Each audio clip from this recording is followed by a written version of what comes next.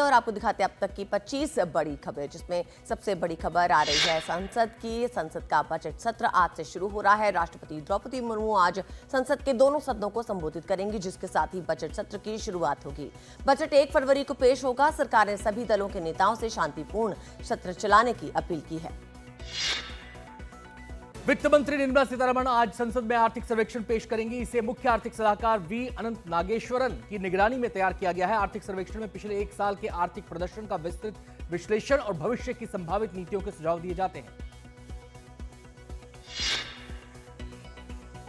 पंजाब के सीएम भगवंत मान के दिल्ली स्थित आवास पर चुनाव आयोग और पुलिस की टीम पहुंची। कई घंटे इंतजार करने के बाद उन्हें अंदर जाने की इजाजत मिली, लेकिन कमरों में ताले लगे होने के चलते तलाशी नहीं हो पाई। इस घटना पर सीएम आतिशी ने कहा कि दिल्ली की जनता 5 तारीख को बीजेपी को जवाब देगी। दिल्ली में यमुना को लेकर राजनीति जारी है। कांग्रेस नेता राहुल गांधी भी यमुना तट पर पहुंचे और अरविंद केजरीवाल से पूछा कि अब तो 2025 आ गया, आप यमुना में डुबकी कब लगाएंगे। साथ ही राहुल गांधी ने कहा कि केजरीवाल ने यमुना के लिए कोई काम नहीं किया। यमुना की सफाई तो एक जुमला है, ये पैसा कमाने का तरीका है। गृह मंत्री अमित शाह ने भी रोहिणी की रैली में प्रदूषित यमुना का मुद्दा उठाया। उन्होंने कहा कि केजरीवाल ने यमुना को साफ करके उसमें डुबकी लगाने का वादा किया था, लेकिन अब इसे मुकर रहे हैं। यमुना में जहर मिलाने के आरोपों पर चुनाव आयोग ने अरविंद केजरीवाल से सुबह 11 बजे तक फिर से जवाब मांगा है। जवाब नहीं देने पर इसी कार्रवाई की चेतावनी दे चुका है। केजरीवाल ने 14 पन्नों का जवाब सौंपा था, लेकिन चुनाव आयोग इससे संतुष्ट नहीं है। इससे नाराज केजरीवाल ने आरोप लगाया कि चुनाव आयुक्त राजनीति कर रहे हैं। आम आदमी पार्टी की राज्यसभा सांसद स्वाति मालीवाल ने अरविंद केजरीवाल के घर पर कूड़ा फेंका। वो विकासपुरी से लोरिंग ऑटो पे सड़क से कचरा उठाकर ले आई थी। पुलिस ने उन्हें कचरा ना फेंकने की चेतावनी भी दी, लेकिन वो नहीं मानी, जिसके चलते पुलिस ने उन्हें हिरासत में लिया। महाकुंभ में भगदड़ की जांच के लिए गठित न्यायिक आयोग आज घटनास्थल का दौरा करेगा। न्यायिक आयोग के अध्यक्ष रिटायर्ड जज हर्ष कुमार ने कहा है कि हम जल्द से जल्द रिपोर्ट सौंपने की कोशिश करेंगे। महाकुंभ में भगदड़ से 30 लोगों की मौत हो गई थी। प्रयागराज कमिश्नरेट में वाहनों की एंट्री पर बैन की खबर को डीएम ने गलत करार दिया है। उन्होंने कहा कि 31 जनवरी 1 और 3 फरवरी को वाहनों की एंट्री पर कोई रोक नहीं है। 2 और 3 फरवरी को बसंत पंचमी स्नान को लेकर डायवर्जन लागू रहेगा। महाकुंभ में मौनी अमावस्या के स्नान के बाद वाराणसी में बड़ी संख्या में श्रद्धालु पहुंच रहे हैं। मौनी अमावस्या के बाद 20 लाख श्रद्धालु वाराणसी आए हैं, जिसके चलते रेलवे स्टेशन पर भारी भीड़ है। कई ट्रेनें 5 घंटे तक लेट चल रही हैं। भीड़ को संभालने के लिए प्रशासन ने होल्डिंग एरिया बना दिए हैं।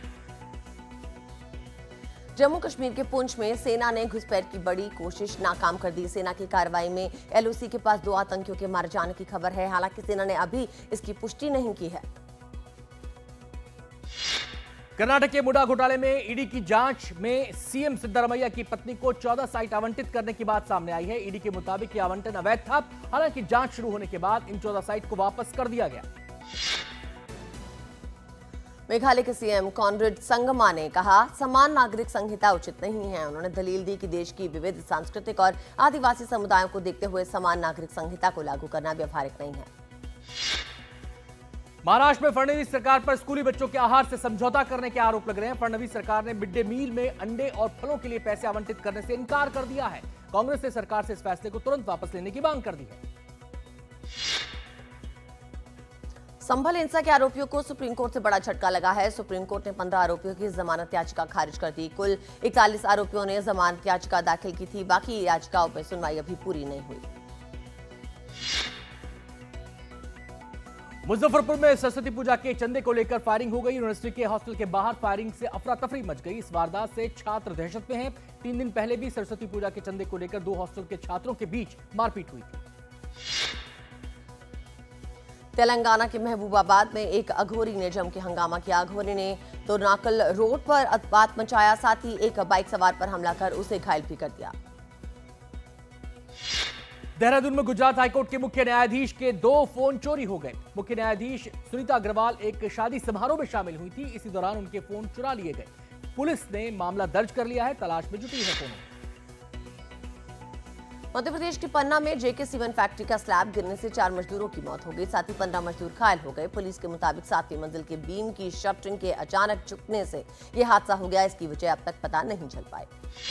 हल्द्वानी में कारोबारी के बेटे को दौड़ा दौड़ा कर पीटने का वीडियो सामने आया है। इस घटना में अनुज अग्रवाल गंभीर रूप से घायल हो गए हैं। पुलिस ने 2 लोगों को गिरफ्तार किया है। पुलिस के मुताबिक ठेला हटाने के कहने को लेकर विवाद बढ़ा और फिर मारपीट की गई। कश्मीर घाटी में सर्दियों का सबसे कठोर समय माना जाने वाला चिल्लाए कलां खत्म हो गया। गुरुवार के दिन यहां मौसम साफ रहा और धूप निकली रही। बादल छाए रहने से लंबे समय तक सूखे के बाद बारिश की उम्मीद जगी है। इस बार चिल्लाए कलां में पूरा शून्य से 8.5 डिग्री सेल्सियस नीचे चला गया पारा और 5 साल का रिकॉर्ड भी टूटा। वाराणसी में देश के पहले पब्लिक ट्रांसपोर्ट रोपवे का ट्रायल रन शुरू हो गया है। रोपवे की ट्रॉली की आवाजाही को देखने के लिए बड़ी संख्या में लोग आ रहे हैं। फरवरी में इसका ट्रायल रन होगा। जून में इसे आम लोगों के लिए खोला जा सकता है। अमेरिका की राजधानी वॉशिंगटन डीसी में प्लेन और ब्लैक हॉक हेलीकॉप्टर टकरा गए। क्रैश के बाद दोनों पोटोमैक नदी में जाकर गिर गए। इस हादसे में कोई भी जीवित नहीं बचा। नदी से अब तक 28 शव बाहर निकाले गए हैं। प्लेन में 4 क्रू मेंबर समेत 64 लोग सवार थे। वहीं हेलीकॉप्टर में 3 लोग थे।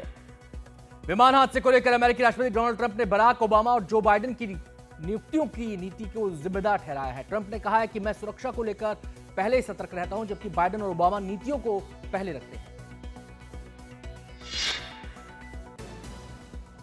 गाजा में संघर्ष विराम समझौते के तहत हमास ने 8 और बंधकों को रिहा कर दिया है। इनमें से 5 बंधक थाईलैंड के रहने वाले हैं। इसके बाद इजरायल ने भी फिलिस्तीनी कैदियों को रिहा किया।